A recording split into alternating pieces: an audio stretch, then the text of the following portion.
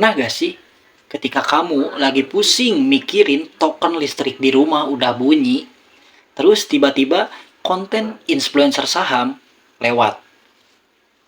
Ayo nabung 50%. Atau kalau kamu gak bisa nabung 50, 10, 20% dari gaji, tandanya mindset kamu miskin. Stop beli kopi, ayo investasi. Saya cuma mau bilang, itu semua adalah bacot. Maaf saya berbicara seperti itu, tapi mereka nggak pernah tahu rasanya jadi generasi sandwich itu gimana. Rasanya sandwich generation itu gimana.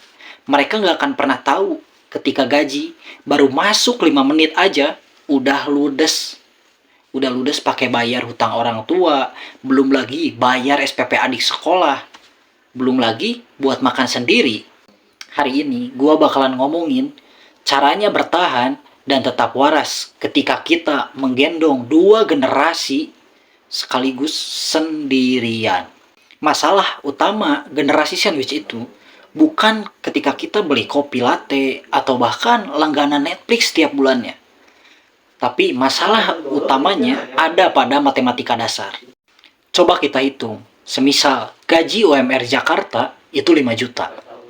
2,5 juta kamu pakai buat bayar keperluan orang tua.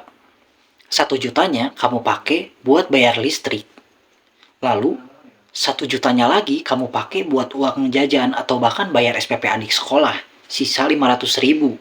Itu pun 500 ribu kalau kamu nggak pakai keperluan servis motor atau bahkan kamu sakit. Terus kamu disuruh nabung atau bahkan simpen dana darurat dengan target 100 juta. Mau sampai kapan, bos? Sampai 2090? Kadang, keuangan konvensional itu nggak relevan buat generasi sandwich. Mereka yang bilang orang yang belum punya investasi atau nggak bisa investasi atau nggak bisa nabung buat dana darurat, itu adalah mereka yang berawal startnya dari nol, berbeda dengan mereka generasi sandwich yang bahkan memulai dan start dari minus. Kamu gak lagi lari maraton, tapi kamu lagi lari sambil bawa karung beras yang bocor, men. Jadi stop ngerasa bersalah sama diri kamu sendiri karena di umur kamu yang sekarang belum punya mobil, belum punya tabungan yang banyak. Stop merasa bersalah ya. Dengan bisa makan aja, itu udah prestasi yang besar banget. Kadang, yang berat dari generasi sandwich itu bukan duitnya, tapi rasa bersalah, guilt trip, mau menolak permintaan orang tua ketika minta uang, takut dibilang anak durhaka, kacang lupa kulitnya, yang akhirnya kamu mengalah. Kamu mengorbankan masa depan kamu sendiri menjadi penyelamat keluarga, supaya rumah itu gak roboh menimpa keluarga kalian. Dengerin saya baik-baik. Menolong keluarga dan orang tua itu wajib. Tapi kalau kamu menolong sampai menenggelamkan diri kamu sendiri, itu namanya bukan berbakti, tapi bunuh diri finansial. Pertanyaannya, kalau kamu hancur, siapa yang bakalan nolongin mereka besok? Jadi, kamu harus kuat dulu sebelum nguatin orang lain. Kamu harus pakai masker oksigen dulu sebelum kamu bantu orang lain. Jadi solusinya gimana? Sabar? Enggak. Yang pertama, transparansi brutal. Ajak keluarga kamu berkumpul, lalu kamu ngobrol. Tunjukin mutasi rekening dan pengeluaran kamu. Jadi, kamu bisa bilang ke mereka, sebulan aku cuma bisa kasih segini.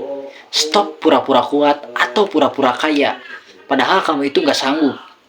Sakit emang di awal, mungkin ada sedikit drama, tapi ini realistis banget. Supaya pemikiran mereka ke kamu itu sangat realistis. Yang kedua, fokus ke adik kamu. Kalau kamu punya adik, jangan manjain dia. Biarin dia berdaya. Didik dia, supaya dia gak jadi beban baru di masa depan.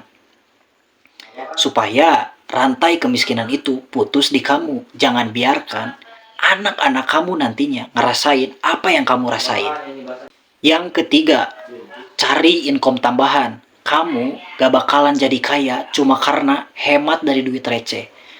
Cari pekerjaan sampingan, side hustle. Mau belajar jadi influencer, jadi affiliate, jadi clipper. Jadi, kamu bisa fokus nambahin pemasukan, bukan mikirin ikat pinggang yang udah sesak. Jujur, buat kalian, generasi sandwich, respect banget. Respect gue buat kalian setinggi langit, men. Mungkin kalian ini sekarang nggak bisa punya mobil, atau belum bisa beli mobil, belum bisa nabung, belum punya dana darurat gitu. Tapi respect buat kalian setinggi langit, men. Tinggi-tinggi banget. Setidaknya kalian yang menopang tiang-tiang keluarga di rumah kalian supaya tidak rubuh menimpa mereka. Buat kalian, semangat ya. Istirahat boleh, capek juga boleh. Yang gak boleh, menyerah. Karena mental baja itu yang gak bisa dibeli dengan uang. Itu adalah aset berharga yang kalian punya. Kalau kalian generasi sandwich, tolong tetap semangat dan tolong tetap hidup.